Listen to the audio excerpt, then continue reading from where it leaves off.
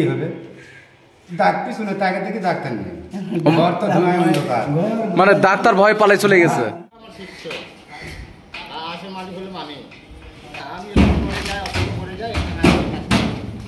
এই যে লাশ নিয়ে যাচ্ছে, একটা গৃহবধূর লাশ বিষ খেয়ে মারা গেছে।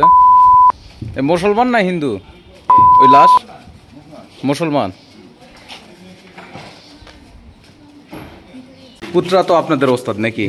লাশ কাটার সময় কি কোনো ভয়ঙ্কর কোনো ঘটনা ঘটছে? আমাদের জীবনে এ পর্যন্ত আমরা একটা লাশ কাটতেই খুব ভয়ঙ্কর জিনিস দেখছি। সেটা হলো গ্যাস বড়ি খাওয়া একটা বুনার মহিলা, বয়স 50-এর মতো হবে।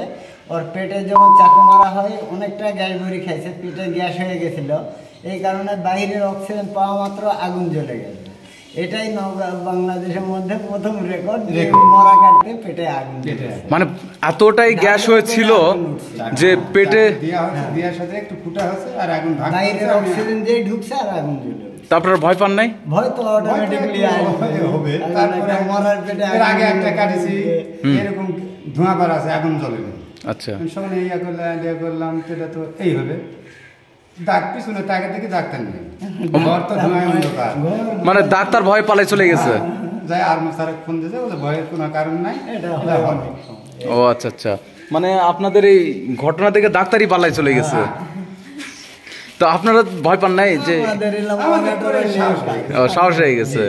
মানে ডাক্তার হারায় যাচ্ছে তো আপনারা হারান নাই, এই একটা ভয়ের কারণ, অন্য কোনো কারণ কি নাই? আচ্ছা,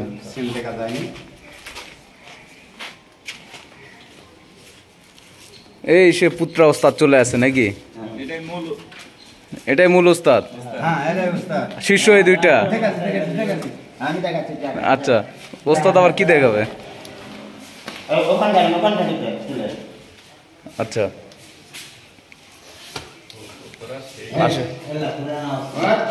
লাশের গন্ধ লাগতেছে। লাশ এটা কয়দিন নেই?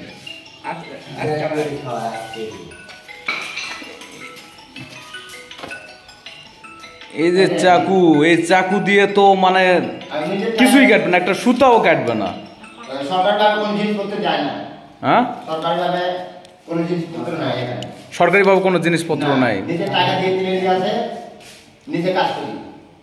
আচ্ছা, এগুলো দিয়ে কাটতে তো অসুবিধা হয় নাকি? যে লাশ তারও তো কষ্ট। এই সেই অস্ত্র নাকি? জি। আচ্ছা আচ্ছা, লাশটাকে আপনি শোয়ান কোথায়? মানে আমি যেখানে দাঁড়ায় আছি এখানে? হ্যাঁ, যেখানে দাঁড়ায় আছেন এখানে শোয়ানো হয়। সে মাথা ফাটানো হয়, তারপর পেট ফাটানো হয়, তারপর স্যার বলে কিডনি যেটা লাগে সেটা স্যার যেটা বলে সেটা আমরা কাটি। তো এই জায়গার যে শোয়ায়, এই যে ফ্লোরে এখানে যে শোয়ায় আপনি লাশটা কাটেন, সেই ক্ষেত্রে অসুবিধা হয় না?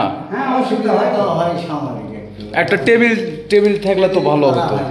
টেবিল আছে আছে, কিন্তু আমাদের ঘর ছোট দেখে ওই টেবিলটা সেট হচ্ছে না। আচ্ছা, চাকুটা দেখি। এই যে চাকুর তো ধারই নাই। এটাতে কি হয়, যা ধার দিলে ডলা দিলে ধার হয়। আর হাতুর? এই যে হাতুর, এটাতে মাথা ফাটানো। ওটাতে মাথা ফাটানো। অন্য কোনো যন্ত্রপাতি কি আছে? সুই ধরে এভাবে সেলাই করা হয়। আচ্ছা, আর ওই যে ওদিকে দেখতেছি ওগুলো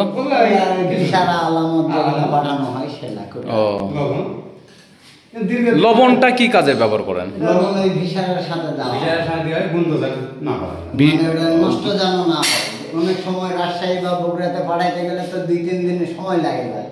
এই কারণে লবণটা দেওয়া হয়, জিনিসটা যেন নষ্ট না হয়, পচে যেন না যায়। লবণ দিলে পচে না? কেরোসিন তেল মনে হয় দেওয়া হয়। কেরোসিন তেল, এটা লাশ ক্ষেত্রে কেরোসিন তেল ব্যবহার করা হয়, যেন গন্ধটা না হয়। ও, কেরোসিন তেল দিলে গন্ধ লাগে না? গন্ধ কম হয়। কেরোসিন তেলে গন্ধ খেয়ে ফেলে। কেরোসিন তেল এবং ল্যাপথনের বড়ি দিলে গন্ধটা এই। তারপরে এখানে আপনার ধুয়ে ক্লিন নাকি?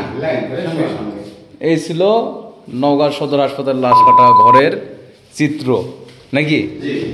আচ্ছা, ভালো থাকবেন।